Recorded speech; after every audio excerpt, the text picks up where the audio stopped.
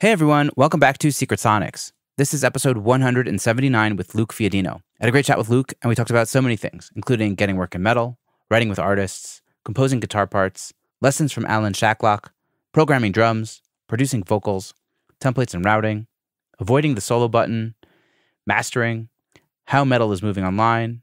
We talk about writing regularly and putting in the reps, writing things that make you laugh, getting management, and everything in between. I really love this chat. I think you will too. So here's my chat with Luke Fiadino coming up right here on Secret Sonics. Hey everyone, if you're a music studio professional who wants to build deeper relationships with better clients, former guest of the show, Carl Bonner, has created some free educational resources for you. The link is in the show notes below, so go check it out. You're listening to Secret Sonics, a podcast exploring the creative side of music production. Join us weekly for honest conversations with real-world music producers and audio professionals.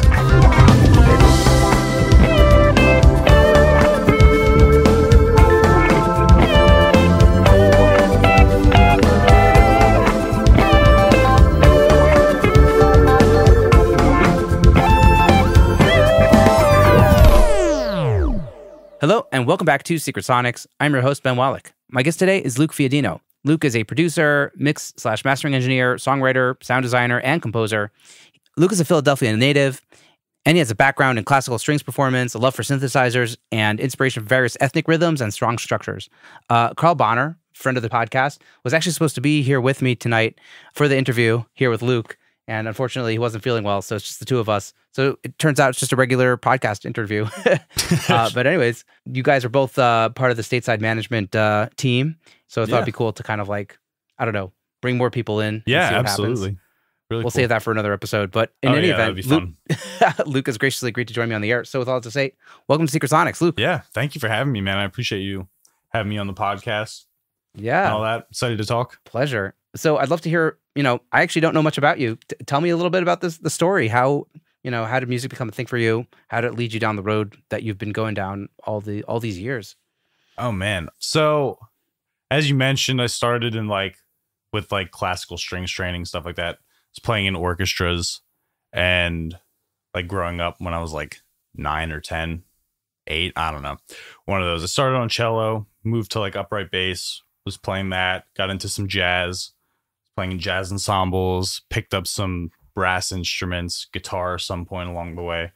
I always really liked, heavier music, like metal, and but not just that, anything with a groove, you know what I mean? Mm-hmm. And so as a kid, I was just in bands and stuff, and just kind of trying to figure something out with music, how to make it work for myself.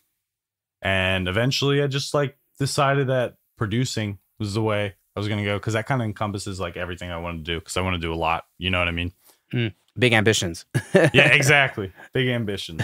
So moved to Nashville for 6 years, got some training in those areas, just kind of being in that music culture all the time was helpful, just being around Nashville musicians and stuff. But yeah, I mean, here we are. So what made you move out of Nashville? You're back in Philly, right? Yeah. So when I was in Nashville, I was teaching music, and I was just kind of doing that all the time. And I needed to be able to focus on production, and making this career thing. So the rent in Nashville isn't exactly cheap, let's say. So I just decided to come back here because it's home. I haven't been here in 7 years. Well, I mean, I'd come home to see my family for a week out of the year, but that's not a whole lot. So yeah, it's nice to be back for now. Sweet. So you might make it back to Nashville at some point, or yeah, maybe not. It really depends on where anybody needs me. You kind of most of my work's remote anyway. Sick. Yeah. So it sounds like you made a conscious decision at some point to be okay, I really need to double down on this audio engineering thing if I want to do it. Yeah. And so how do I do that? Right. Exactly. Yeah. I mean, you got to make that choice at some point if you want to do it. Yeah. I did a similar thing. I'm sure people who've been listening to the show for a while know the story, but I was in a wedding band. I co-founded a wedding band here in Israel, and we were really busy, and I was playing weddings almost every night. Yeah. And absolutely. I mean, I know you're a cello upright bass player, so I'm a bass player. So you have like a similar kind of background in that sense as well. Yeah, just at certain points, like long term, I don't want to be playing weddings. I want to be in the studio, and I had to like make a break. Yeah. I mean, that's how it goes, man. Yeah, I basically told the guys like I'm out of managing this band. You can give me gigs if you want, but I can't do both of these things and even think I'm going to succeed in the studio. Right. And took a big hit, but here we Hey, are. dude, those wedding bands make some cash. Yeah, it's kind of hard to walk away from it actually because I can it's imagine. Like, it's like the easiest way to like yeah be a working musician almost, dude, in a seriously. sense. Because like it's stable money and like and you could be busy. You just show up, rip a couple songs, and then like I mean it's fun. Yeah. I mean it's not like you're having a bad time. No, it is fun. Well, the truth is, it's fun if you do it. I still do it like maybe twice a month or something, and that's fun. That's more fun than like doing it every night, you think? I was doing it every night, and it became like really grueling because then you're like playing literally the same songs every single night, and it's not like I don't know. I've also gigged with artists, right? And you're like on a stage and you're performing the songs, and like every song has its space, and like there's like a break, and they talk to the like literally, it's like I don't know. Jewish weddings, we do like an hour set where you don't stop and you're playing like 140, 50 BPM, you know what I mean? Ooh, yeah. It's a marathon, and it's like a sprint marathon. You got to be in shape for that, dude. That's crazy. Dude, that stuff will get you, that'll get your chops in shape for Absolutely. Sure. No doubt. Were you playing bass in that band? I was playing bass in that band, yeah. Okay, gotcha. But yeah, and so yeah, definitely, there was definitely good things about it, and it's what I did, and now, long term, I didn't want to be doing weddings every single night, and I got kids now, so. Yeah, what's like the weirdest wedding band request song you've ever gotten? Oh, geez. Oh, boy. There have been some weird ones. I don't even know if I can answer that question on the air because probably some like really, really random like Jewish song that nobody in the audience will have heard of. Or Understandable. It's probably something like that. Just a random question. Yeah. Yeah. I don't know. We've had like, brides walk down to Disney songs and I don't know. Okay. Gotcha. Kind of weird stuff. I feel you though. Yeah. Cool. It's a range. Yeah. That's cool. But enough about me. Yeah. I'm the host. I get to ask the question. My bad. No, that's all good. It's You're a bad cool. habit I fall into. No, it's fun. I have to be open to it, talking about myself. Amazing. Yeah. So yeah, these days, you mentioned that you're all remote. Like how does work come through the door? How do people find you? Like how does business work for you?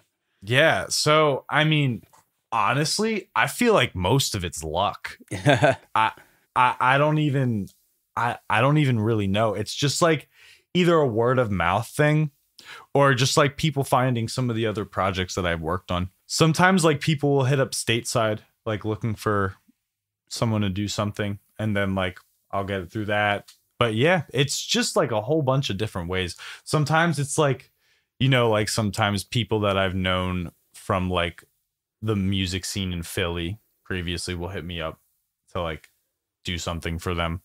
Or like someone from like I'm working with a band from Spain right now that found me through like one of my other projects, Cape Kong. And I honestly don't know how they did, but I'm not complaining about it. You know what I mean? Right. It just happens. I think there's something about like metal specifically that people are like diehard fans. Oh yeah, it's such a niche, and so like if somebody puts out a record that people really are into, then like I feel like that's exactly the audience that will seek out the producer. Dude, engineer, absolutely. Yeah, it's different. Definitely. Like pop music, like people that listen to pop music don't care who recorded it. You know what I mean? Like right for the most part. Right.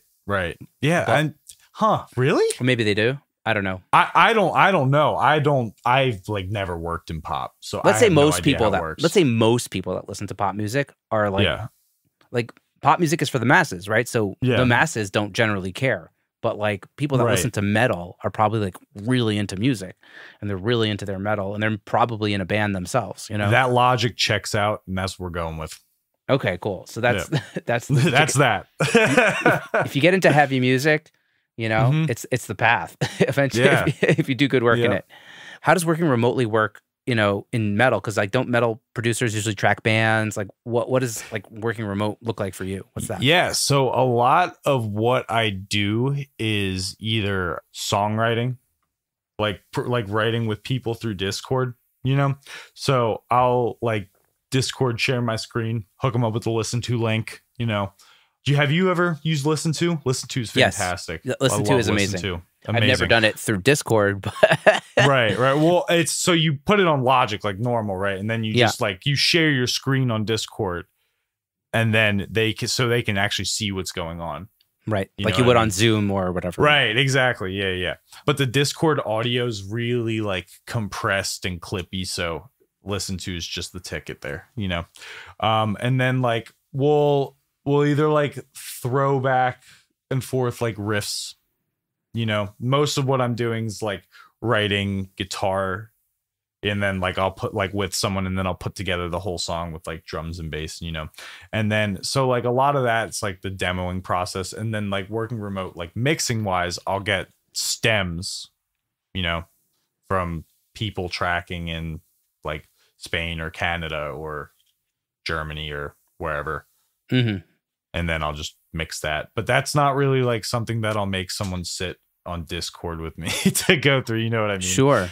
Because no one really cares about that. That's interesting. So you do like a mix of songwriting, like basically doing guitar riffs over the internet and mixing. And like when you're doing those songwriting sessions, you're also further producing it. Yeah. That's interesting. So it's not necessarily, it's usually like a guitarist songwriter or something, but not necessarily a full band. Is that the case, or is it? Well, I'll write for the full band, but like, you mean, okay, I see what you're saying. You mean the person I'm working with. Yeah. So like I do work with a lot of like solo musicians every now and then, like sometimes I'll be working with like guitar instrumental project, or like a vocalist who wants me to write them like an EP or something like that. And like when I'm doing that, most of it's just like kind of like verbalizing. I don't know. Have you ever heard like, it's so dumb. Have you ever heard like people just be like, oh, what if we were like bum ba da bum bum ba da da da, like starting like vocalize like the chugging thing? No. It's like a stupid way to communicate. Oh, it's how like people in metal communicate. It's the dumbest thing. Have you seen there's this like Instagram channel of this guy, I forgot his name. Stanley Lewis, is that his name? Maybe it's the guy. It's like, oh, I'm a bass player. Oh, I'm a bass player too. So you blah blah blah blah blah. I'm like, yeah, I do blah blah blah blah. Okay, I think we're talking about different people, but it's something. It's like along the same. I know what you mean. It's along the same vibe. I also do that, but I also go boom boom boom. Yeah, exactly. So you get it. You get it. I know what you're talking about, but I've never seen that done before. I'll send you a video later. It'll kind of demonstrate what I'm talking about. But like that's kind of how, when I'm working with vocalists, that's how like we go about it. Mm-hmm. Like just like it's a lot of rhythmic communication. Because most of what I do is like rhythmic based. Yeah. And so these people are usually just like solo. If you're writing the chugging stuff, like they're usually just a solo act. Yeah. Not a full band. Well, if I'm writing, it's usually for I don't really write that much for bands. I mean, there are some bands that I do write for, but like if people are hitting me up, it's usually like a 1-person, 2-person project for writing, you know what I mean? And then you're like programming drums. And I'm producing the whole thing, you know what I mean? Right. Yeah. And so like you don't really track the full bands that are doing those. You're just mixing those things. Yeah. Got it. Okay, cool. Yeah. I was like, okay, what's going on here? Yeah, no, for sure. Yeah, I'm glad we got that figured out. That's good. No, amazing. So what's your approach to? I guess so. It's like starts with the guitar, and then for like let's say this like singer or like 2-person duo. Yeah. So it's just guitar first. It'll start with like a concept sometimes. I mean, whether that's like a guitar concept or like a drum concept, it's like. A lot of what I do, like writing wise, is like based off of like some type of groove. Like that's how usually I'll start a song. I'll like think about some like groove that's like kind of infectious to me. And then I'll just like go off of that. And then that's when like all the guitar stuff comes in. You know what I mean? Yeah. Sick. And then build it up from there. Yeah. But it like I said, it really depends on like who I'm working with, how I'm feeling. Did you have any mentors coming up like who kind of like guided you in like the engineering? Yeah, so someone that I like really owe a lot to in terms of like actually me going down this path is a man named Alan Shacklock. I don't know are you looking him up? Yes, right now. Okay, yeah, go for it. He's a cool guy. He's British? Yes. Yeah, he was he worked in Abbey Road for a little bit, I believe. I don't want to like name drop on his behalf, but he played in a band called Babe Ruth. Mm-hmm. Yeah, but he has a lot of really cool Babe Ruth. Yeah, accolades in the engineering writing world. So how'd you meet him? He was a professor at the school I was attending, and I actually accidentally took a DAW class, right? Because I was studying music business, but I wasn't studying audio engineering. So the class wasn't required for me. I signed up for it by accident, right? Mm-hmm. And like at the time, like I was writing and stuff. I've been writing like my whole life. I just didn't know I wanted to like go down the producing like audio engineering route, you know? So I was doing well in the class. I mean, actually, I only did well at the end of the class, I will say. But for some reason, like Alan Shacklock really liked me. I don't know why. And then I started to get into like orchestral composition after the class was over. I came to him because I knew he was like into orchestral composition. I showed him my stuff. He really liked it. And then like I'd come to him and like talk to him and ask him questions and stuff. We still keep in touch and all that. That's amazing. That's so valuable. Yeah, you know? Very valuable. He's a good friend to have. Was there like a lesson, maybe like one lesson that you'd want like to impart to the audience that you learned from him that like, you know, you carry with you on like, you know, the daily basis? Oh yeah, dude. Bear claw.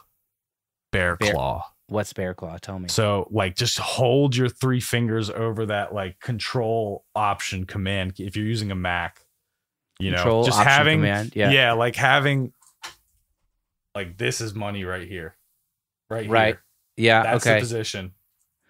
And then you can get like all your key commands through there. It speeds up your workflow so much. I just remember him saying bear claw option down, bear claw option down. I forget what that is in Pro Tools because I hate Pro Tools.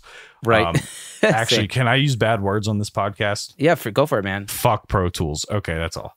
I just have to get that out there. I think that's like actually the first time that somebody's actually said the F, you know, dropped an F-bomb on Pro Tools. So, oh, dude, I'm honored. Honored. I mean, lots of people, you know, complain about Pro Tools, don't like Pro Tools, but nobody's actually said, you know, fuck Pro Tools. Yeah, fuck Pro Tools, bro. I'm coming out here swinging. Nice. Yeah. No, I'm a Logic user myself. Let's go. It's just an easier workflow. That's family, brother. That's family. Yeah, totally. No, key commands. So basically key commands are the shit. Key commands are the shit, dude. Like it just like speeds up your workflow so much. And like, I didn't even realize that like him saying bear claw like was actually just like resonating with me, I guess we'll say. But like I'd find myself like further down into my career, like not that I've been doing this for that long, but you know, I'm like, dang, that bear claw, man, that's fire. That's because if I didn't have anybody telling me that, I'd just be like, right, you know, just move the mouse. Yeah, you know, exactly. Click record. Yeah, exactly. Yeah. Dude, I just got a new computer and I got like a new keyboard with like more like buttons, and it's like, oh cool, I'm gonna be able to do even more even more key commands, and I obviously customize my key commands a lot. Oh, absolutely. Love that, dude. What kind of computer you got? I got the Mac Studio. Oh, that's fresh. Yeah, and then like a few weeks later, after I purchased it, they just dropped the M2 announcement. But I think the Mac Studio is going to be a bit stronger than that Mac Mini for a little bit. Probably. Yeah, it's, you know, I was like on a 2015 iMac, and it was just like, just wasn't loading VSTs. It's time to go. Yeah, it was like once you're dealing with like production and VSTs and shit, it was like, I don't know, once I had like 5 VSTs open, I was getting like, you know, CPU issues, and it's just like, okay, you're getting close to the end. You gotta, you know, this is what you do. This is what I do for a living. I need a good computer, you know? Yep, absolutely. Yeah, you got to make the investment. Yeah, I know. Hopefully it'll last me for 6 years like the last one did. So hopefully longer. Even longer, yeah. Totally. That'd be nice. Yeah, absolutely. I went for the desk. I've gone for like the desktop approach instead of like the, you know, MacBook. Yeah. You know. Yeah, I definitely like the MacBook because like when sometimes I have to travel, right? You know, to write with people, because some people just prefer writing in person. It's not as often, but it's just nice to be able to bring the setup with me. Bring the system. Yeah. I have like a very cheap MacBook Air that I take when I have to like, you know, get a podcast out or something, or just track something not in my studio. For sure. But it's like I don't do any heavy processing on it. Definitely. It can't handle it. It's like it's like a joke actually. Yeah, I feel that. Do you do all like the freezing tracks and like the low latency mode and all that? If I have to, If you have to. Truth is, I'll just well, now hopefully I won't have to, but just bounce it out. Yeah, that's actually what I do. A lot of bouncing out. Either I'll bounce things in place, or I'll do like a new session for different things. So I'll do like a vocal session. I'll like print out a rough of the mix of whatever we're up to. Let's say before we do vocals, and then I'll pop it in a new session and call it a vocal session. Yeah. And so or like guitar session or bass session or something, depending on what it is. That's a great way to go. That way I'm not like destroying my computer every time. It's tried and true. Well, now it shouldn't be a problem, right? With the Mac Studio. Definitely. Hypothetically speaking. Hypothetically. But Logic's always got something in its back pocket. Right, that's true. We'll see what happens. We're trying here. We're always trying to make things better. But anyway, getting a new computer is like, I was gonna maybe do a solo cast about this at some point. It's just like, people don't realize. So nice. People don't realize it's nice, but it's also so much work. Like I don't know. Like it's a lot of work. I didn't turn it on for like 4 days after I got it because I was in the middle of so many projects, and then it took like another week for me to like install all the plugins, right? And then like load Logic for the first time after I've done all those installs. It's like okay, scanning like 400, I think it was like 380, audio unit plugins and. Dude, oh my god, it's a lot of work. I'm not looking forward to doing that when I do have to upgrade, but hopefully it won't be that much of an issue. It really took you a week? Yeah, I mean, listen, I'm a dad. I have 2 kids. I'm in the middle of a lot of projects, and it's not a full week of doing it, but it's like, when do I have 2 hours to like do this stuff? And so like total time, you'd say that it took you to install all the I would say it took me like 6 hours to get the computer up and running to a decent level, and then like there's been like another hour or 2 since then of like, oh shit, I don't have this. I need that like Spitfire Labs little soft piano. Like let me install that. And like a bunch of other like afterwards. So Labs is awesome though. Yeah, that thing's crazy. Yeah, and there's so many of them. And so there really are. And like native access, and I have all those sample libraries on like external hard drive, and so making sure that they're like linking up to the right like folder, like all these things, these stupid things that take time, Yeah, absolutely. But, ain't nobody got time for it. Yeah, exactly. If you're busy, then you don't have time for it. But yeah, whatever. For sure. It's a whole thing. Hey everyone, if you've made it this far into the episode, then you're probably a fan of podcasts that help your personal development in the music industry. Former guest of the show and fellow podcaster Travis Ferentz hosts Progressions, a show about finding success in the music business. If you dig Secret Sonics, I have a feeling that you might enjoy his angle too. You can go check it out via the link in the show notes below. So go check it out. All right, back to the episode. So talk to me a little bit about your process in terms of like producing, like when you're like programming drums, like what does that look like for you? What are you using to program drums? I go a little too hard on my program drums. Your drums sounded amazing, like super punchy. That was kind of the vibe. Very much appreciate that. Thank you. So I try when I'm programming, I have a little bit of drum background, like drum set background, not as much as a drummer per se, like someone that would consider themselves a drummer, but like I played drums for a couple of years.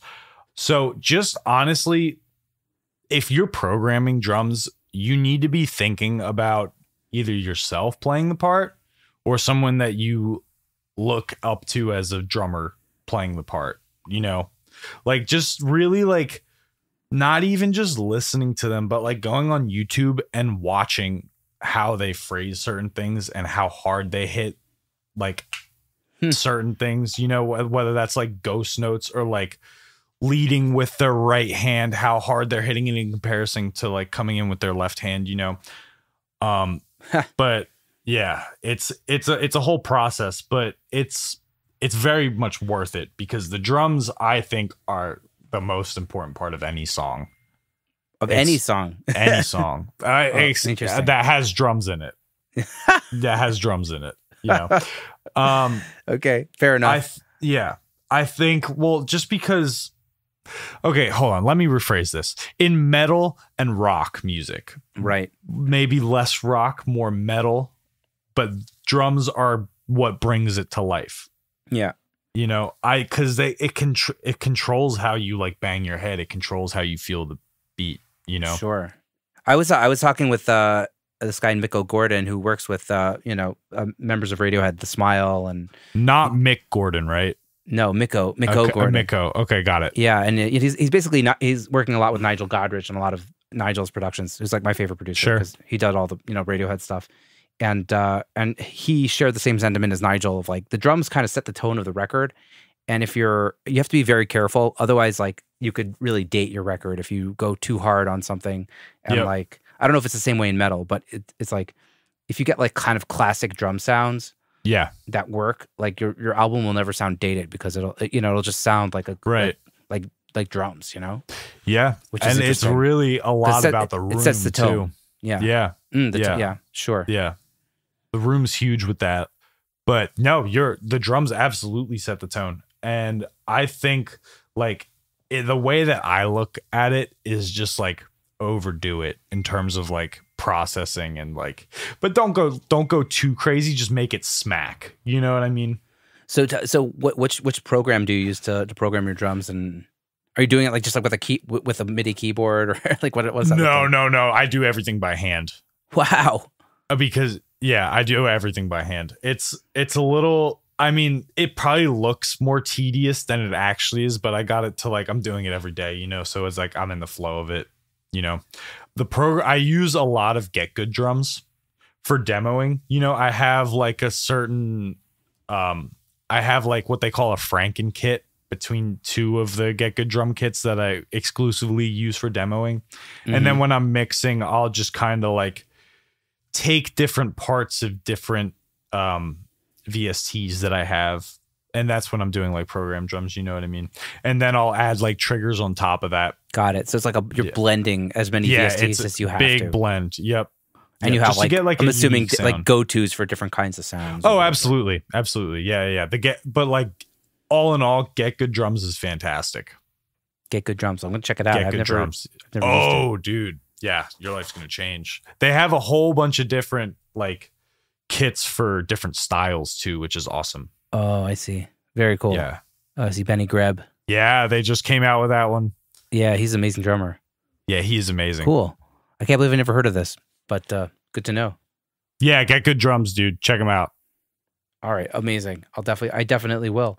The other thing, I guess maybe let's talk about mixing, because the other thing I noticed about in your mixes are like just like you got this like throaty vocal thing. Yeah. But let's talk about vocals. Yeah. Getting those 30 vocals good. Oh, geez. Okay. So in terms of like which song were you talking about in particular? I don't know. All the songs that you sent me were like really throaty vocals. Like screaming vocals? Yeah. Yeah. Okay. Yeah. You mentioned the Cape Kong. I think we'll use that for the Saw segment. Yeah. Sounds good. Yeah. For example, Yeah, absolutely. So yeah, vocals, I don't know. Vocals are still something that I'm like still trying to perfect. Definitely getting there, but I'm not gonna like say that I'm amazing at mixing vocals yet. But it's it's like it's different. It's just like because when you're doing that, there are so many frequencies just going nuts. You know what I mean? It's a lot of like 500 to 1K. Just like blaring with like most of the vocalists that I work with. So it's like, how much do I cut this? How much do I cut this to like clear space in the mix? But also like, if I cut this, is this going to take away from the characteristic of the vocal? Yeah, sure. Yeah. So it's all about finding that right balance. Right. Exactly. So how do you treat like a throaty scream vocal? Like, is it like you would any other vocalist like in pop music, or is there like any kind of like saturation or crazy? So if we're talking about Grace of Blades, there's some crazy stuff going on there. So there's on the whole Cape Kong EP that's about to come out, there's 3 of Brandon, who's the vocalist, going at once at all times. He's coming like directly in the middle, and he's coming a little bit to the left and a little bit to the right. And I didn't do a whole lot of EQ on him just because I didn't want to take away from he's a great vocalist. I didn't want to take away from anything like any of the frequency characteristics that were coming through him. Just that like it just sounded pretty good. And I layered that with like some crazy distortion saturation channel. I like sent all three of those to like some just super aggressive distortion that like almost like it was weirdly compressed to where it almost sounded like a reverb. There's not a whole, I don't think there's any delay, and there's like very minimal amounts of reverb on that. So most of it's just distortion and compression. So it's just like a smashed, distorted to bits vocal, just kind of mixed in underneath the lead vocal. Yep. Nice. And are you compressing the vocal before you send it to that? I'm assuming you are. Mm-hmm. Yeah, for sure. And you give it some like, you tighten it up. Yeah, exactly. Tighten it up a little bit. And then once it comes out through like the distortion channel, it's like finding the right blend there, just blending that to taste. You know what I mean? A lot of people in metal are doing something like that now. Do people do like low frequency harmonic generators and like, I don't know, like R bass or something to kind of get more of that kind of throat thing out, or is that not really a thing? I mean, like I've seen people do stuff like that. It's just everybody has like a slightly different approach to it. It's just a lot of compression and then like some saturation. And it really depends on how good your vocalist is. Yeah. That's a lot of it. Because like sometimes you'll work with like somebody who's a monster, or sometimes you're mixing somebody that's like doing like the like that type of thing. And then you have to bring out all the tools. Yeah, exactly. Amazing. Yeah. In terms of like guitars, are you like, I'm assuming you're like doing this in the box. Is it or am I wrong? So I'm using a Neural DSP Quad Cortex for my guitar tones. That's their actual box, right? That is the literal box. Yeah. Right. Yeah. And if you like my tones, you can download them on the Cortex Cloud. Just quick plug real quick. Yeah. That's dude, it's so cool. They have like this app where you can upload your tones from like the Quad Cortex, right? And people can just download them. It's pretty sick. And you could download them to if you have the same box, basically. Yep. But do they have a like what's it called, like the Kemper amp? Like okay. Like, is it a modeling amp? Like, can you model? Yeah. So you can like hook up amps and pedals to it and essentially capture them. You know, but like you can't like the ones that they put on there, like the factory amps. You can change like it's a lot of the same settings as like the normal amp would have. You know, right? Or like their plugins would have, right? So to speak. Exactly. Yeah. But when you do a capture of it, you can change like gain, volume, bass, mids, treble, and that's about it. But either way, so you like that being said, you have to set the tone specifically to how you'd want it to sound through the Quad Cortex because you can't really change that much of it. You know, right. Either way, it's you're committing to your sounds on the Cortex. Yeah, you get it. Yeah, exactly. But it's a pretty close capture of it. It's like some would say it's 1-to-1. I haven't like gone too far down that path to be able to give my 2 cents on it. I mean, I've done a couple captures before, and some of them came out good, but some of them I think I had no idea what I was doing. So. Right. Not so great, but yeah. Nice. So you're committing to your basically when you're even doing those demos at the beginning, like you're chugging with your like, you know, chugging along with your you know, the artist that you're working with. Yeah. You know, those often end up just being the guitar tones on the records. And yeah. Like committed. Yeah, most of the time. But also, so when I track guitars, I track the amp tone and I also send a DI. So I'm tracking the DI under in case I want to reamp it later. So you're always tracking like 2 tracks or whatever. Yep. Okay, got it. Yeah. I feel like something that I've noticed with the metal people is they're always like leaving space to reamp. Yep. That seems to be a big theme for the metal producers. Well, but also like there's a lot of DI like tricks going on right now. Let's say like people will take like a bass DI and just like cut out. In addition to the bass tone, they'll take the bass DI and cut out like below like 120, 150, something like that. And then they'll just like go fucking crazy with distortion on it. Right. Just to blend that with the real bass tone. Or like Buster from Humanity's Last Breath does this like Sans amp trick with his guitar DI where he'll like send his guitar to like just a Sans amp with no cab and just put that in the middle, and it's like adds to the pick attack. If that makes sense. It's literally, and he'll blend that to taste, but it's literally just for the pick attack. Yeah. So just like weird things like that. That's what I always like try and come up with. Well, at least now when I approach a mix, I'm trying thinking like, what's an unconventional thing that could sound cool? Right. So you're coming up with interesting, weird things all the time. At least trying to, you know? Yeah. Yeah. I did. I got a really great metal bass tone recently. It was just like, this guy had like this dark glass pedal, and like I just captured like a combination of that like super distorted and like the clean tone. I just like found the right balance, and that was it, you know. And then once I had the right balance, it was just like fat and distorted. At the same time. That's it. It's just finding the right balance. Love it. Yep. It's just blending to taste. That's it. Yeah, blending to taste. Totally.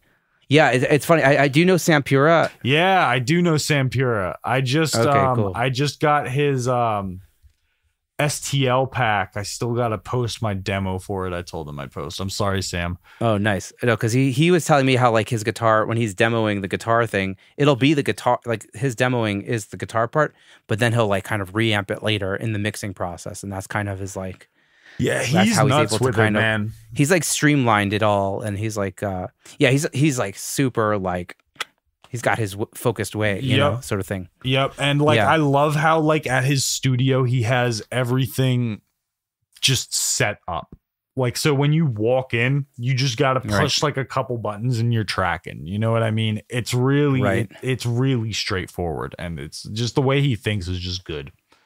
Yeah. I think when we set up things that like enable creativity really quick, it just allows us to just like, you know, fight through that like initial like inertia. Yes, that's why mixed templates are great too. Well, not even mixed templates. Like I just have writing templates. You know what I mean? Depending on the style. Yeah, like one of those drum, you know, a couple of those drum VSTs. Exactly. A couple guitar tracks and just up and running. Yep. So it's right there for you. You don't even gotta like take time to think about it. Because if you come up with something cool and then you like take the time to like, I got to pick out the right drum set for this. You know what I mean? You're going to like lose that flow because it's all about the flow when you're writing. Yeah. Yeah, totally. I did. I just told this story yesterday on another podcast I did. I was doing like working on a song with a songwriter yesterday, and I just like had like an idea for a groove, and I just beatboxed it into a microphone because I didn't want to like take the time to find a drum patch or whatever, and it was gonna be gone. It's like, let me just beatbox this really quickly. Yep. And it's like, wait a minute, this is really cool. Maybe we'll leave it in as it is. You know, dude, that's justified right there. That's JT, Justin Timberlake. I love that. Oh, that's his thing. Yeah, I mean, like sometimes I had like a moment where it's like, I'll have a beatbox moment every now and then. I've been going through like a Justified kick lately, like that first album. I've been through a Justified kick for the past couple of years. Not gonna lie, but like is that his first record as a solo artist? Mm-hmm. That's like Cry Me a River or whatever. Yeah. Okay, like I Love You, Senorita. Oh my God, so good. How long ago did that come out? That must be like 20 years old or something. That was either 02 or 03. So yeah, you nailed that, money. Dude. That was a long time ago. Literally nailed it. Yeah, very long time ago. Oh, so you were like really come from like a very like diverse background because you come from this like strings thing. You're into pop music, but you're like making like lots intense of metal types. Yeah. I'm all over the place, man. It's just like severe ADHD. You know what I mean? Like if you look through like my Spotify searches, it'll be like Beyonce and then like Strangled and then like, I don't know, Stravinsky and then like it's messed up. Coltrane, dude, I don't know. It's crazy. That is a mix. Yeah, it really is. But you only really work on metal. You're not working on any of the other genres. Yeah, that's safe to say. Metal, rock, that arena. I do some scoring stuff like sometimes from time to time. That's kind of the end goal, just to get into like video game and film score, you know, syncs. Do you still play stringed instruments? Do you play like cello still? No. No. Upright bass? I don't have as much time for it. No. And I don't own those instruments anymore. Right. Yeah. I just sold my upright bass. Dude, it hurts, right? Yeah, but it had to happen. Yeah. Exactly. That's the mindset, dude. It's so annoying to have. Like, I love it, but it's so annoying to have. It's so big. Yeah. I was taking up so much space. So much space. And and like, truthfully just needed some, my wife wanted to like extend her maternity leave, and like, it's like, okay, this is going to help fund this. Like, it's the perfect thing to sell it for. Yeah. Amazing. So you mentioned kind of like templates, mixing. Let's talk about your approach to mixing, your template. I don't know.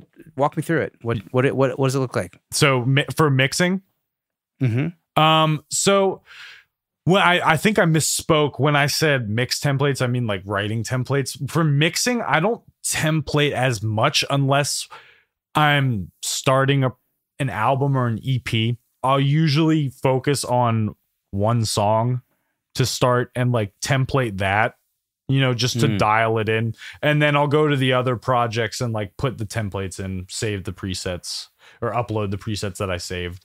And then just see, adjust depending on the arrangement of the song, But it's like, I'll pick fresh drums for like different projects. If I'm doing something that's my project, I'll typically use the drums that I have templated just because I love them. They're really, they just feel good to me. They feel like my drums, but I won't use that as much for other people. Just to give a unique sound, do stuff different. Yeah, no, totally. You have to be careful, but like I feel like I overuse like the the Blackbird drums in the dude. If they sound good, they sound good. One of my good friends, Seeger Rawls, over at Phoenix Studios in Nashville, he has a couple VSTs when he's programming drums. He does a lot of live drums, but when he programs drums, he has like a couple go-to ones. But he always says just like find your go-to, or like two go-tos, and just layer with samples, just to give it like that unique sound, but like not too far off from what sounds good to your ear. Yeah. I think that seems to be like the secret sauce, is like the combination of like whatever is real plus some samples to make it sound like more enhanced and bigger than life. And, like I'm working on a heavy song now. I mentioned already, like, the bass tone. I know. Yeah, the bass tone was amazing. Or actually, this song is actually sounding humongous. Dude, you gotta send it to me after. Yeah, maybe I'll get you to mix it or something. I'll have to talk to the artist. But what's it called? What was I gonna say? Like the drums, like I don't know. I'm not sure the drum sounds are exactly where I want them to go. So I know there's gonna be some enhancement happening. Like for sure, and that's the name of the game. Yep. That just seems to be the way everyone's doing it, right? Another friend of mine, I think the best piece of advice I've ever gotten in terms of audio, writing, mixing, whatever, is just overdo it. Just overdo it. And this is for metal. Nah, it's not. Yeah, it's not for everything. Yes, I would say for like the stuff that I'm mostly working on, not true. Yeah. But for metal, yes. But this is for metal. Overdo it. Just because like it's supposed to be aggressive. Like a lot of people are trying to find like a clean mix, and I was trying to find a clean mix for a little bit, but like the more I kind of get into this mindset of like metal's supposed to be dirty, right? The more I'm like, oh, okay. Well, I don't hate this like spike at like 23 or 2.3K right here in the guitars. I don't hate it that much. It kind of adds like the dirtiness of it. It's not that bad. Right. You don't have to like fix everything. Well, yeah. That's a big lesson I've been learning and also been hearing about also on the podcast, and something I'm actually thinking about a lot now as I mix, of like, don't overdo it. Like don't leave some of that thing in, because it's like the character of the instrument. Right. And like I've definitely gone way too far into like anemic territory, because I've gone like, oh, I can hear the 2Ks, spike there. Let me dip that out. Oh, I hear 5K. Let me spike that. Let me just dip that out a tiny bit. And then you have like these, you've over EQ'd this thing, and it just sounds like, hollow. Like, hollow. Yeah. Exactly. Like, and you've lost all the characters. So you have to leave some of it in. Right. Or you have to decide what's the thing that's actually egregious that I need to take out, and what am I leaving in? Yeah. Or something like that, Yeah, absolutely. And like, it's like, automation on EQ is good, but like you don't want to go too, like you were saying, don't go too crazy with it. Yeah. Yeah, totally. Sometimes a little dynamic EQ is a little bit more transparent, once in a Absolutely. while. That kind of Absolutely. thing. Yeah, Sam Pura was like, also like he was so extreme. He's like, I edit every single transient, Yep. like every single transient. This moment of like, that's not how I work, but that's cool. Yeah, no, he does. He literally hand edits every single transient, and it's People go all out. Nothing is Power to you. 100% real, which is crazy because his records sound like very natural, but like still full and like I don't know. He's got a very everyone's going to develop sound. their own thing, right? Like, wait, so going back to mixing, so every song kind of gets its own treatment, and then maybe if you're doing a whole record, you'll kind of like carry things over. Yeah. Are you like mixing into what is like? Are you mixing into like buses, stereo buses? How what does that look like in terms of like to get like big bombastic metal sounds that is usually really loud and yeah, absolutely. So if you turn off my like limiter on my mix bus, I have like I use a Plugin Alliance plugin that I just put on my mix bus, and I write into that too, just to like kind of get like the sound from the start. It limits. It's got a compressor on it, and it does like a stereo width thing, which is cool. Is that like Master Desk thing? Yeah. Oh, cool. That thing's dope. I actually used that on a heavy mix once. It's awesome. Yeah. But my drum routing it can get kind of psychotic sometimes. I'll do like a distortion with the drums. Like I'll do like a parallel distortion channel. And then sometimes I'll make that parallel distortion a parallel compression distortion. So it's like going into a compressor that's like getting like smushed, and then that's going into like Decapitator or like, I don't know, Black Box or some saturation distortion thing that's going to make it sound extreme. And then I'll go like a reverb bus, layer that like very little. For guitars, I don't go crazy with EQ. I'm actually at some point this year, I want to try using no EQ on my guitars, just getting it like perfect from the start, and just not even touching, just letting it go crazy. I want to get to that point eventually. We're getting there, but we'll get there soon. I've heard people use say they use compression instead of EQ, like I don't know if that's something you're doing. Yeah, so like that definitely helps, but I don't know. I feel like in terms of me tracking guitar, my transients it doesn't need that much compression, if that makes sense. It's already super saturated, distorted. It's like already compressed. Exactly. Super, super, super compressed. Sometimes I'll put like a bus compressor, just to kind of like glue it. Most of the time I'll just glue it. But sometimes I'll send my guitars to a bus with Decapitator on it, and I'll just like go crazy with it. But yeah, it's just a lot of distortion buses and a lot of like effects buses here and there. Yeah, a lot of parallels. Nice. Yeah. In terms of like drum compression, like how hard are you compressing your drums? Like, or are you kind of like leaving the transients a little bit, or you're just like smushing it to bits? I do like some dynamics in my drums. So like with the parallel, I'm gutting it, I'm just destroying it. I'm smashing it. Got it. But like on the individual tracks, it's not a whole lot of compression. It's anywhere from like 3 to 10 dB of gain reduction, depending on what is being compressed, 5 to 10, something like that. So it's not like insane, but it's still getting compressed. Totally. Amazing. Any other like tricks or things you think about when you're mixing that, might be interesting to the audience? Yeah. Well, I think the biggest thing for mixing is like, well, for me at least, it helps me when I don't go into solo rabbit holes, just clicking solo on something and just like going to town with the EQ or like saturation or compression, you know, just kind of thinking about it in the mix as a whole. Right. When I'm like in the flow, just like having the mix on loop and I'm like adjusting everything in terms of like the relationship with the mix, my mixes are so much better. And that's because nobody hits solo when you're listening to it on Spotify, you know? Right. Yeah. Yeah. There's definitely a place for the solo button, but it shouldn't be the every time solo. Yeah, button. I mean, definitely a place for the solo button. Like but don't the solo rabbit holes when you get trapped, you know, when you're just in solo for too long. Yeah, excruciating amount of time. Yeah, I think there's definitely what to be said about like just like going with your gut and fast and like being as fast as you can, and like if you solo something, you're doing a quick move and then get out. Right. Yeah. 100%. And then back in like the relationship of all the instruments together in any given moment. You know, it's the rabbit hole is dangerous. Yeah, it is a dangerous rabbit hole for sure. Avoid that at all cost.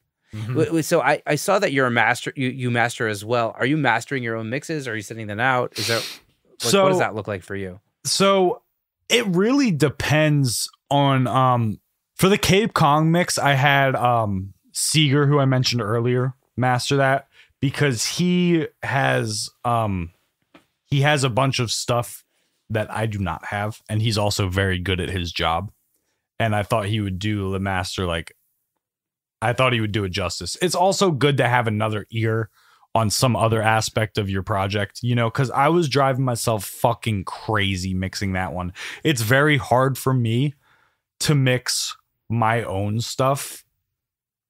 It's harder for me to mix my own stuff than it is to mix somebody else's, if that makes sense. Just because I'm like, really, I like just trying to hone in on the sound I'm hearing in my head. You know, and it has to be like 100% perfect. But when I'm mixing somebody else's stuff, I'm not saying I don't want it to be 100% perfect, but like little things like frequencies bugging out, like I was talking about earlier, here and there, don't bother me as much. Right. You know, because it's like it's true to the mix. Because you're more objective. Right. Right. I'm more decisive. That's for sure. More decisive. That makes sense. You're less precious about it. Yeah. That's interesting. Yeah. Yeah. I think the objectivity for me is like a big thing. It's like when I've gone down like, you know, the production lane, like you're already so deep in it by the time you get to the mix, you know, you have to like put on a new hat. And like, and for me, when the end of the mix is like that's like the worst thing is to try to master it at that point, because I like need someone else to tell me it's good, you know? Yes. 100%. 100%. That's why having Seeger was super helpful with that. For sure. And he was like having a mastering engineer to like come in and be like, maybe try like lowering your snare like by like a dB or like 2 dB, you know what I mean? Or like just giving you little like things here and there that like after you're listening to these songs and projects for like a couple months, like through the writing phase, you're just like not even, you know, like having fresh ear is super helpful. That makes a lot of sense. Yeah. But you do master. I do master. I'm mastering like this band from Spain I'm working with right now. I'm just mixing and mastering that. You know, it's not like doing some post production, but I'm not like writing in any way or tracking, you know. Is it like a budget thing, or it's because you have that objectivity? What do you mean by that? Like meaning they can't afford to hire a mastering engineer, or it's because you have it's not your songwriting, it's only your mixing that you're able to kind of do both processes. Yeah. Doing both is good there in that like circumstance, you know. And then another project I work with, this is interesting. So one project I work with called Papa Mang. It's an interesting name. It's like a instrumental. I don't want to say prog because we're as soon as you say prog and instrumental, it's just like shreddy guitar, you know what I mean? But it's not that. It's just like fun grooves, you know.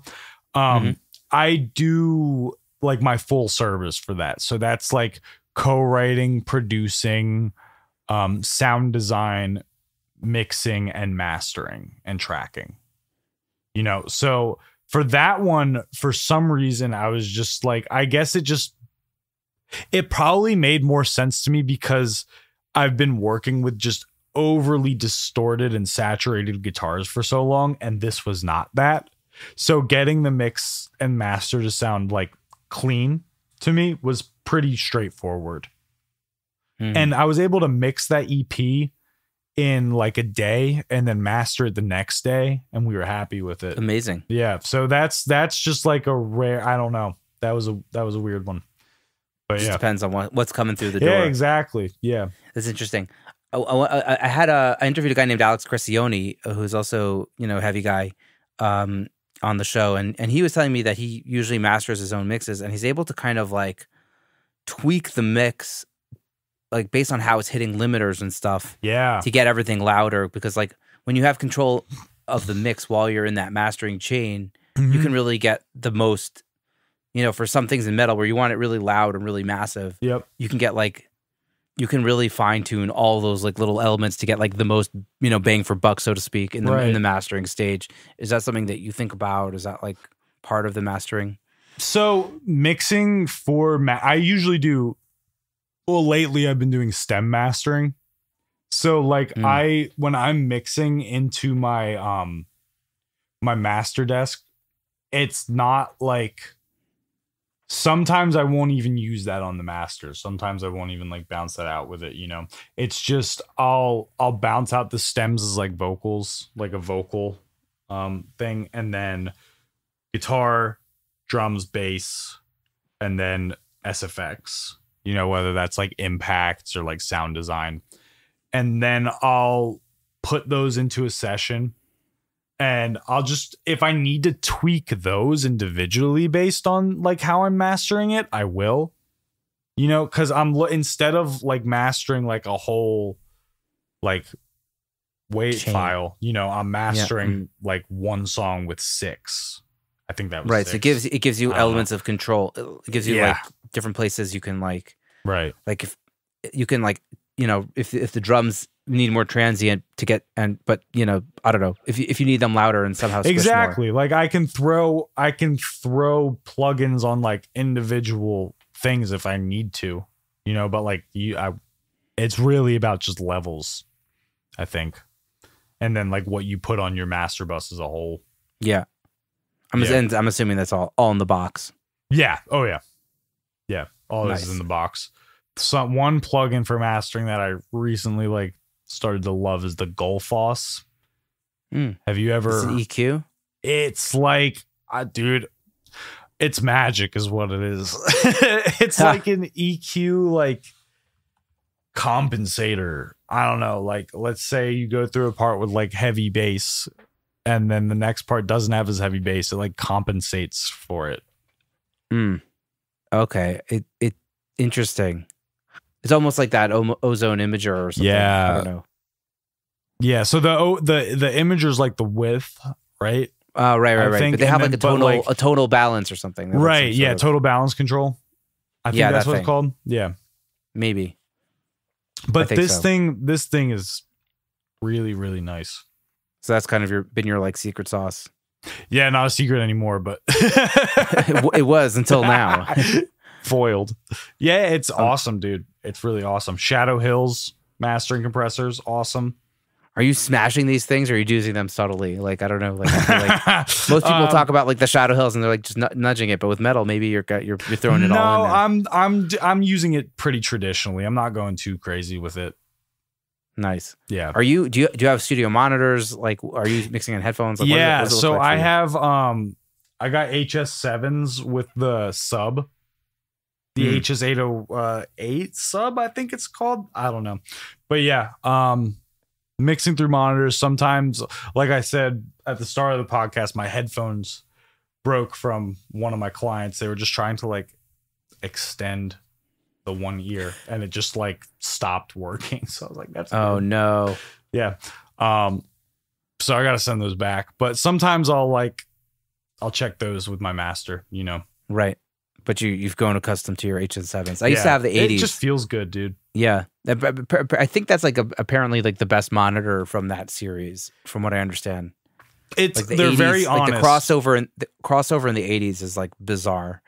Yeah. And like the mid range, like I didn't trust the mid range on those speakers, and like when I upgraded, I was like so happy. But apparently the sevens, you get like a nice low end, but the crossover is not bizarre. Yeah, the low end on him before I had my sub, I thought was really nice, and then I got the sub, and I was like, Jesus Christ, it's like, oh fuck, it's heavy. It's thick. You take the edge off the speakers. Also, Exactly. Yep. Gives them more energy. Yep. Yeah, I've heard good things about subbing. Maybe it's time to try it out. Yeah, man, definitely a fun time. Definitely Amazing. a fun time. Awesome. I think I'm ready to check out the sauce segment so we can kind of like talk about something specific because we've gone into so many of the details. Yeah, for sure. So you sent me a song called Grace of Blades, which is from the EP you talked about, Grace of Blades by Cape Kong. Let's have a listen to that for about 90 seconds and Let's do it. We'll chat about it. Sound cool? Yeah, absolutely.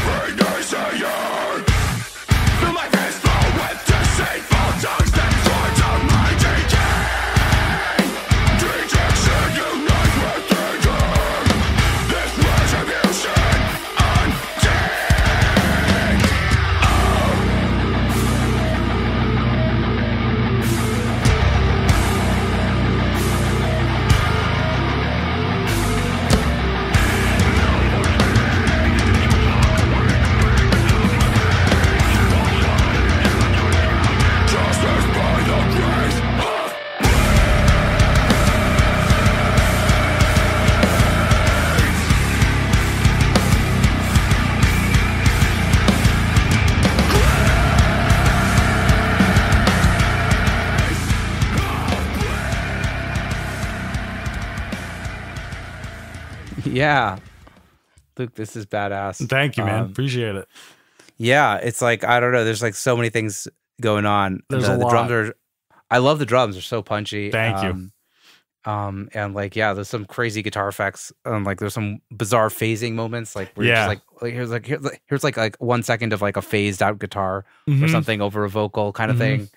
The vocals are like super intense and in your face, and yeah, very cool. Thank you. I really appreciate that. Thank you so much. Yeah, tell me about that song. How did it come together? Oh, Jesus. Oh, God. All right. Let me go back in time. You can TLDR. You don't have to like whatever whatever you feel like sharing, you know? I'm going to be honest. I have no idea what TLDR means. Oh, too long didn't read, you know? So okay. So Reddit talk. I get it. If you want to abbreviate it. Or yeah, for sure. Yeah. Reddit talk. I got you. So this one was like me trying to like, I guess, hone in on some different elements for the Cape Kong sound. You know, when I approach Cape Kong writing, my mindset is like, if a gorilla were holding a guitar, what would it do right now? Or if I were a gorilla and I was holding a guitar with very minimal knowledge, you know, like what would I do? You know what I'm saying? But my thing is like, I used to be a technical player. I will not say I'm a technical player now. Like rhythmically, sure. But like I don't rip, you know, I don't shred. I just riff, you know? Right. So it's kind of like having to tell myself to chill out in a way. I mean, is that song chill? No. But like it's not doing as much on like as much crazy stuff on guitar, you know, because that's a lot of like that descending bend. Yeah, but it's like the counts are super weird, and it's like doing some like weird stuff in between that. I don't know. I was just like kind of angry at the time, I guess, not for any particular reason. I'm not really an angry guy, but you know, Right. You don't strike me as an angry person. No, not at all. I'm very easygoing. Which is kind of funny, like with the stuff that I write, I guess. Yeah. But I guess that could also be like an outlet. You know, maybe that's why I'm not angry. Yeah. I feel like if you go to like a metalhead convention, everybody's like, "Oh, how are you? I'm great." You know, dude. Everyone's so nice. Yeah, it's great. It's awesome. It's a cool community. That's the vibe. Nice. Yeah. Wait, so you were really angry and yeah, so I was like, I was just, I guess I was like kind of angry and like not for any reason in particular, I guess for the sake of like writing a song, you know, and that's cool. I like that. But yeah, the intro was just like me trying to add some new elements into Cape Con, because if you check out like the stuff from that we put out previously, we don't do too much of like the bendy stuff. You know what I mean? We don't do a whole lot of it. But I guess it's me kind of like emphasizing on it, or at least trying to, you know. I really like Meshuggah. I'm sure that's evident with that song. I really like different elements of music, and as we've talked about. So like this is kind of like a fusion of a bunch of different styles of metal, I guess. Like writing wise. Yeah. Well, I love the I feel like there were like a lot of syncopations also going on like with the drums and like doing like crazy rhythms. Yeah. Well, how did that happen? Dude, I don't know. You just went for it. I have no idea. It just like, so is there a part in particular you're talking about? Like, I don't know, just even like the intro is like really captivating because it's rhythmically so different, you know? Yeah, what is that? Right. Yeah, it's kind of almost like a Rush, kind of almost like a prog kind of rhythm thing. Yeah.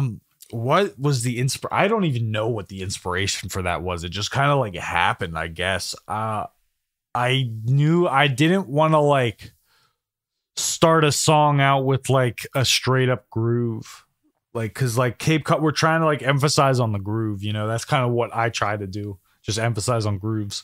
But I didn't want to do something that was going to be easy to follow per se, you know what I mean? It's just more like a you know. The whole vibe of the EP, like what we try to do is just like straight anxiety the whole time. Nice.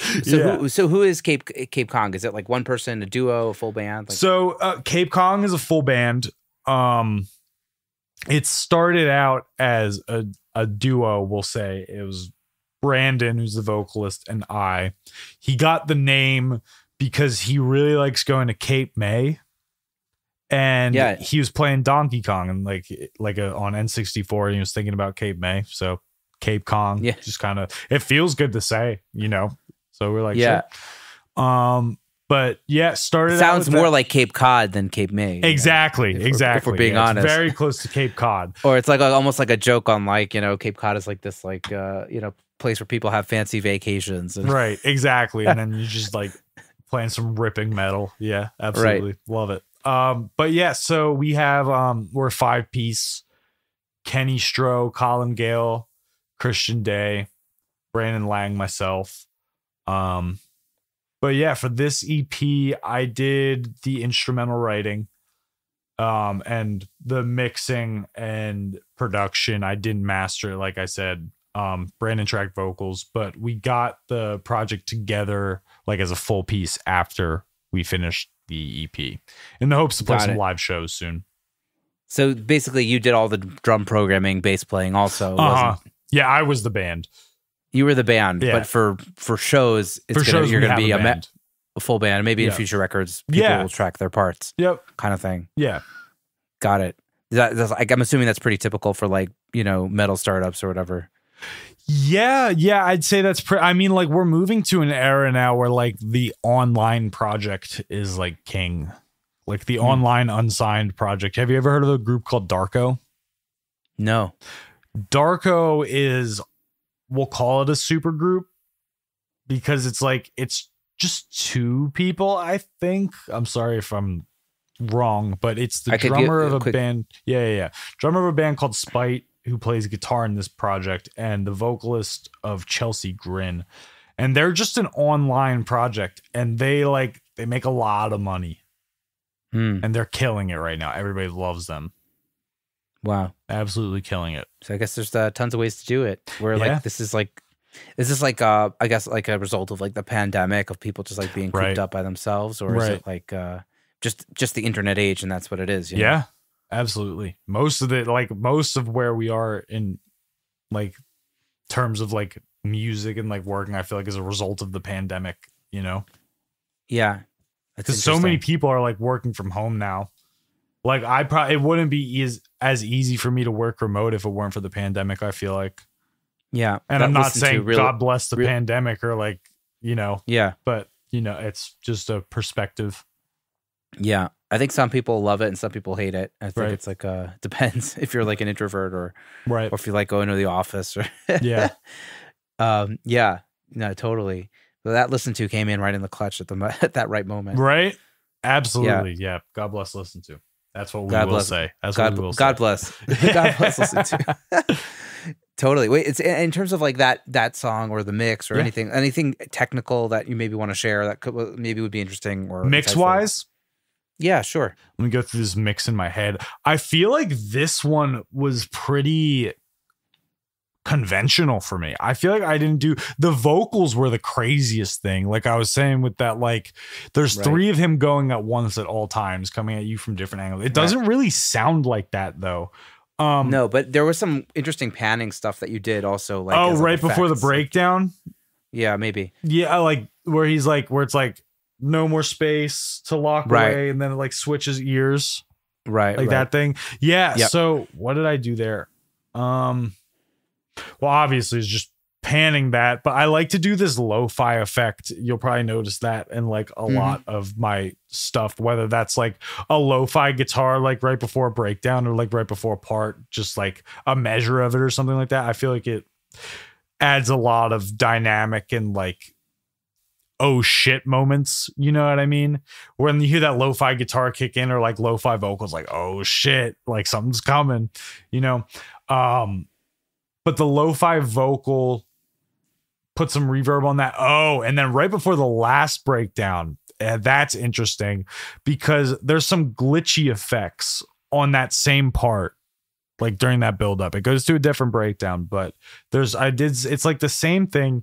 I did some glitches on it, and that's not like me chopping it up or anything. That's this plugin in Logic that I love. I've been loving recently called the Remix FX. Have you messed around with it? It's like a Logic plugin? Yeah. Is that the one that Phineas uses on Billie Eilish's voice? I have no idea. For like, I'm a bad guy or something. No, maybe, actually. What's it called? Mix FX? Remix FX. It's under like multi-effects. Oh, it's one of the multi-effects. Yeah. Okay. I don't think so. I think that's so it's like a it's like a turntable essentially. Like there's like a repeater in it, and you can glitch out the vocals pretty easily because there's a gate, and then you can also like control the mix of like the delay or like repeater there is, and there's like a whole bunch of other different effects on it. It's really, really cool. I've been using that a lot on like my lo-fi effects. And check it out. Yeah, definitely check it out. It's super fun. So when you're doing lo-fi effects, you're just using like random plugins to like add grit and dirt and just like. Yeah. So, I mean, usually I'll filter out the low end and usually the high end. There's a very small window of frequency that's actually coming through. Right. And then I'll add stuff on top of that if I need to, you know, maybe some like reverb or whatever. Right. It's like simple things, but simple things do the trick, man. They do the trick. Yeah, but sometimes you just got to overdo it as well. It's just finding the right balance and knowing when. Totally. Yeah. And in terms of like, I don't know, the punchiness of the drums, it's like what you already told me, or is there anything else that like maybe you'd want to impart on the listener? When you're doing program drums, it's samples. Like finding the right sample is huge, and also like getting the right velocity for that sample. Having a dynamic kit with a lot of velocity control is super important. And that's where like most of it comes from. And then like my bus compressor helps a lot. And then I don't think I'm doing any like really crazy parallel stuff in this mix. Honestly, I didn't start doing that, I don't think, until after the Cape Con stuff. No, they just pop through the mix. It's great. Yeah. Thank you. I really appreciate that. When you said like you're programming your drums like, you know, manually. Yeah. You're just like using the pencil tool in like the piano roll. That's it. Yep. So I started writing and like demoing out songs on this program called Tabit. Have you ever heard of it? No. It's like Poor Man's Guitar Pro. Got it. Yeah. So like it was just, I started doing that when I was like 11, you know? So it was like, it's just a really comfortable thing for me, you know? And that way I can like really control what the drummer's doing and how they're phrasing certain hits. It probably takes you forever. No. What How long does it take you to program drums for a song like this? Well, I just program as I write. So like usually like what I'll do first is either the way I start a song is either with a guitar riff or like a certain drum groove in my head, and I'll loop the groove and then I'll write over that, you know? And then like from there, I'll be able to hear what the guitar is doing next, and I'll like work it out, and then I'll program the drums for that part. And that only takes me like a couple minutes, you know? And then I'll track the guitar over it so it's like tight, you know, so I'm not just tracking to a metronome, because the drums like allow me to hear like the notes in between, because I'm trying to fill out like most spaces in the mix unless it's like a really open part, you know? Yeah.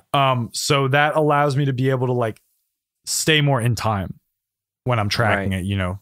So I don't have to like get more subdivisions and yeah, exactly. It's all about, and you feel it, and you feel it. Exactly. 100%. Yeah. So it's like when I write a section of a song, I'm writing everything at once. If that makes sense. Got it. It's all happening simultaneously. Yeah, exactly. Like a whole song takes you like a few hours more, maybe a little more. Yeah, give or take. I mean, it really depends on the song, or it depends if like there are some songs when I started, I'm like, oh, this might take a couple days, because like it just starts out like solid, and I'm like, ooh, I'm gonna need to think of something that's gonna like hold up to that, you know? Because like I said before, I'm very ADHD, so I need to like, in order to keep me interested in a song, like, I write to keep me interested. You know what I mean? And it takes a lot to keep me interested in a song. Like my friends will tell you, they've coined the term Luke listen, because like when they show me a song, I feel so bad about it. But this is how I listen to music. Like I'll literally just like skip through it.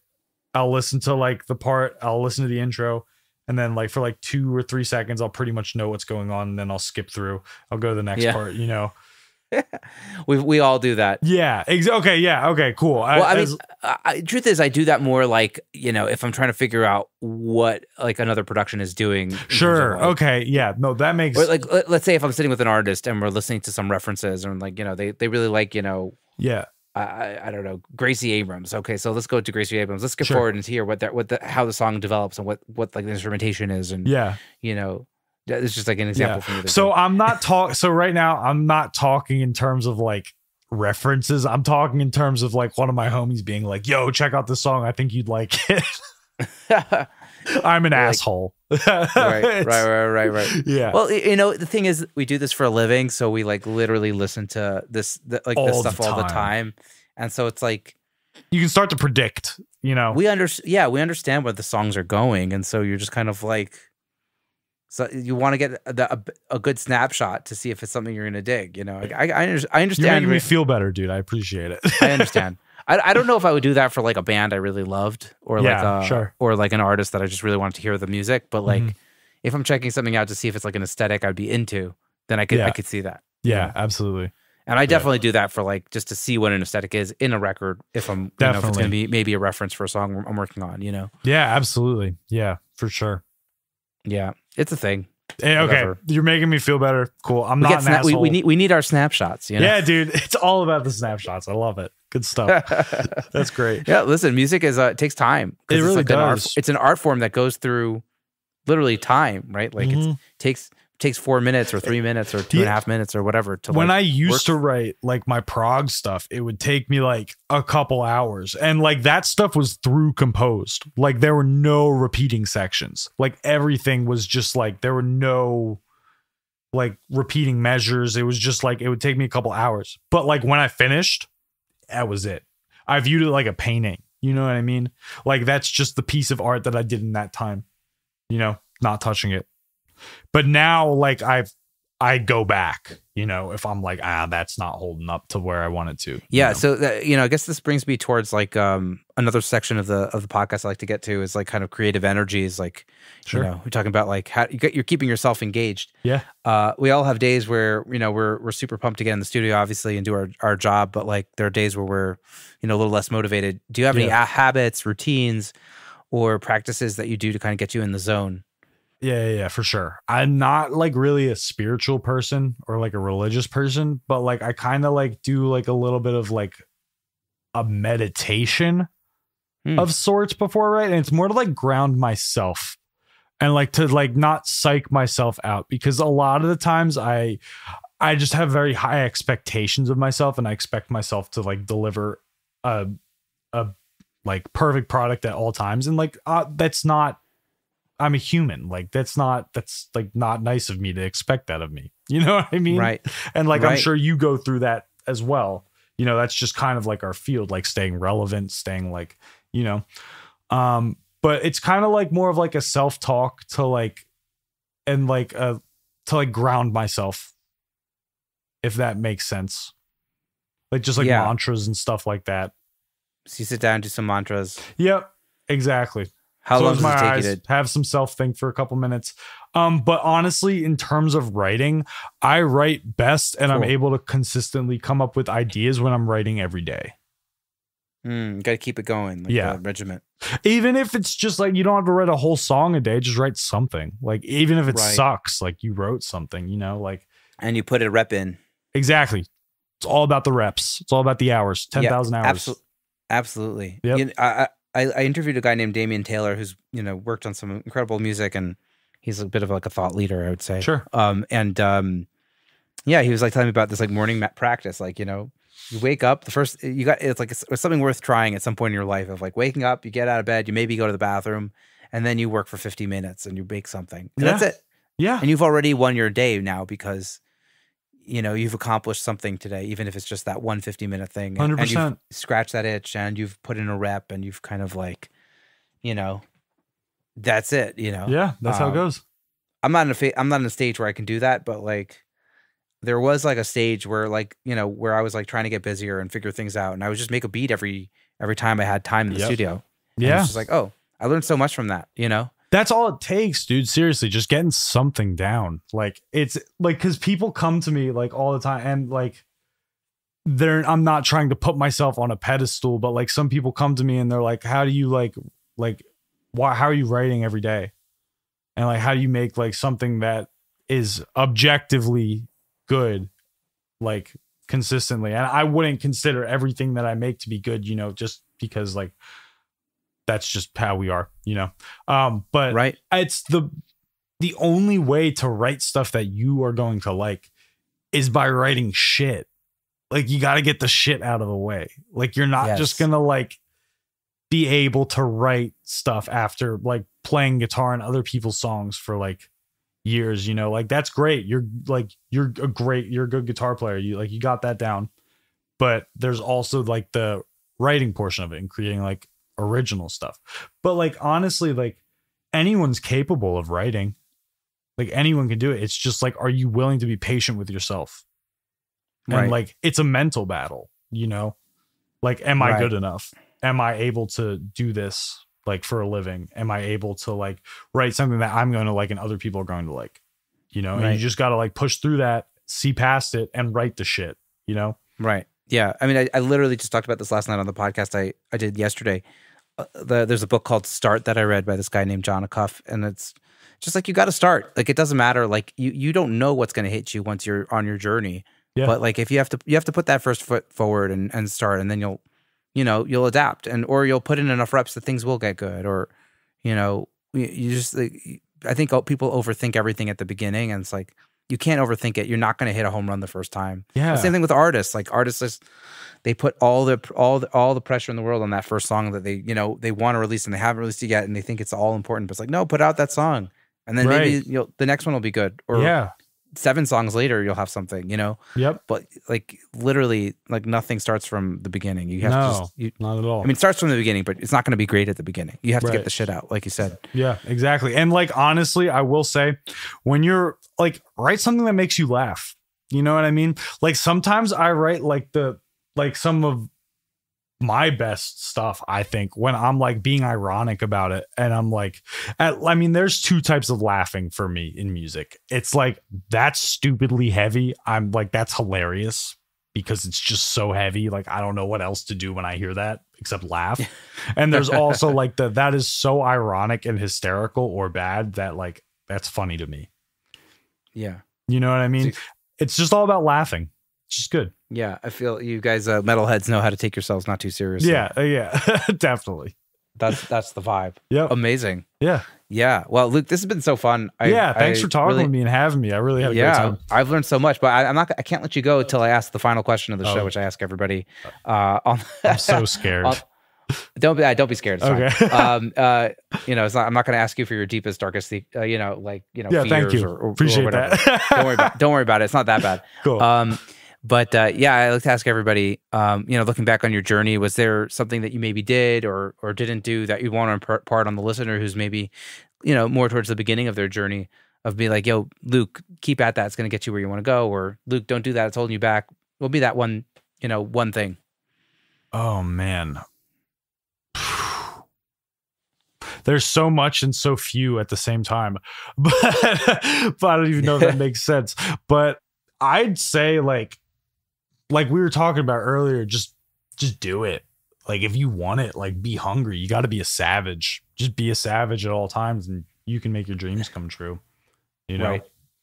If you have the fortitude to put in the reps and be patient and like it sounds like you had that like moment where you were like, I'm going down a different path here, like when you were teaching and you're like, I just gotta go for this. I started to get like more attention, I guess, in this field, and I was like, this is what I want to do, and like teaching's cool because like I don't know, it's cool to help develop like youth musicians and like watch them grow. It's like fulfilling in a way, but like not the way that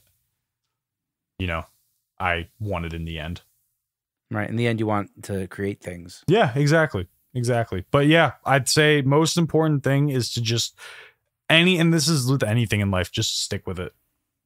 Right. Just tough it out. You'll get where you want to be eventually if you want it.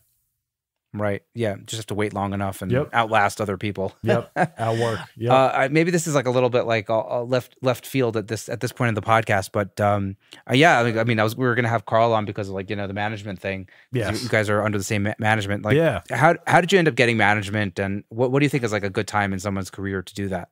Yeah. So, well, like I said, a lot of like what I do is like, or a lot of what has happened to me, I think is luck, it might not be, but I think it is. Or maybe it's because you like went for it and you put in the reps and you've been doing it long enough. Yeah. There might be that too. There might be a little bit of that, right? Yeah, a little bit. You might have actually done your due diligence, right? Yeah, maybe just a little, but so my manager is actually also like one of my most trusted and like best friends, and when he was that prior to like being a manager, and like, but aside from being my best friend, we've always had a very good business relationship. So I knew before like me being a producer or anything like that, I knew him and I were going to be business partners in some sense, like years prior, So like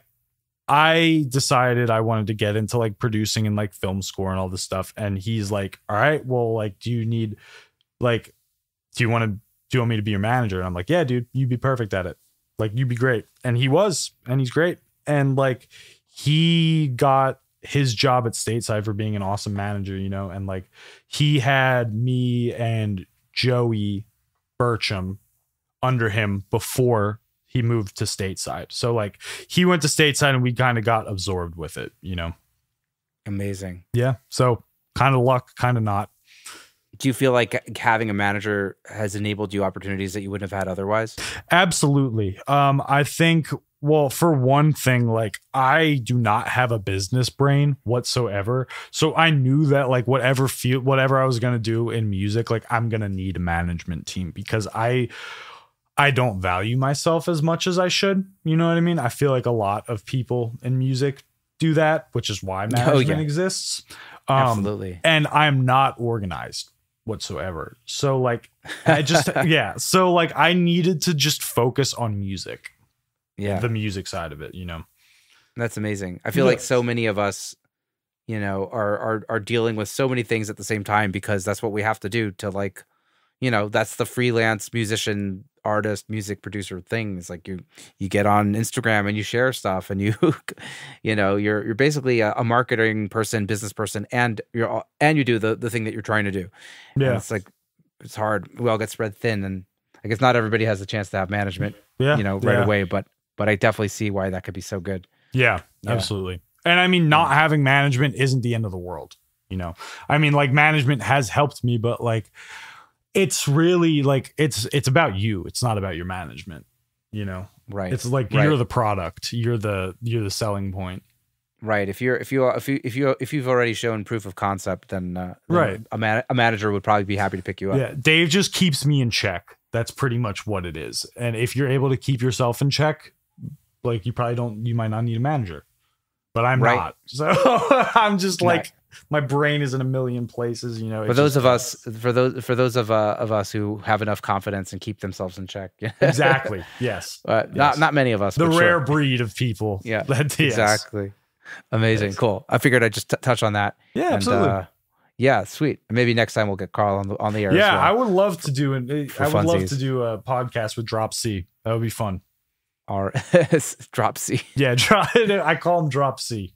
But he's been getting sick a lot lately. We're gonna have to fix that. Yeah, I feel like everybody is like it's been a tough winter, and like our immune systems are like, you know, we didn't get sick for like, you know, 2 years because we were all like in isolation. Yeah, and now, like so we don't know how to deal with this. Now you're fucked. I mean, as a non-scientist, you know, I really have no business speaking about any of this stuff.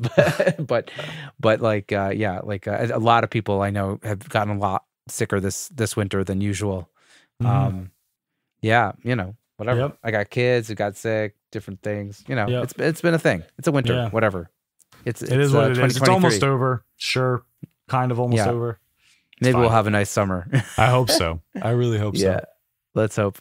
Wow, Luke, this has been super fun. It's great to meet you and schmooze with you. And I learned a lot. Thank you so much for taking the time to do this. Yeah, thank you so much for having me. It's been a great time talking to you. This has been super fun. Let's do it again with Carl, please. That would be a great time. Sweet. Sounds perfect. Thank you so much for listening to this episode of Secret Sonics. I hope you enjoyed this conversation as much as I did. If you've been digging the show, it would be awesome if you could share this episode or your favorite episode with a friend or two, and or leave a rating and review on Apple Podcasts, Spotify, or your podcatcher of choice. That's it for now. Have a great week. Take care and dig in. See you soon. Bye-bye.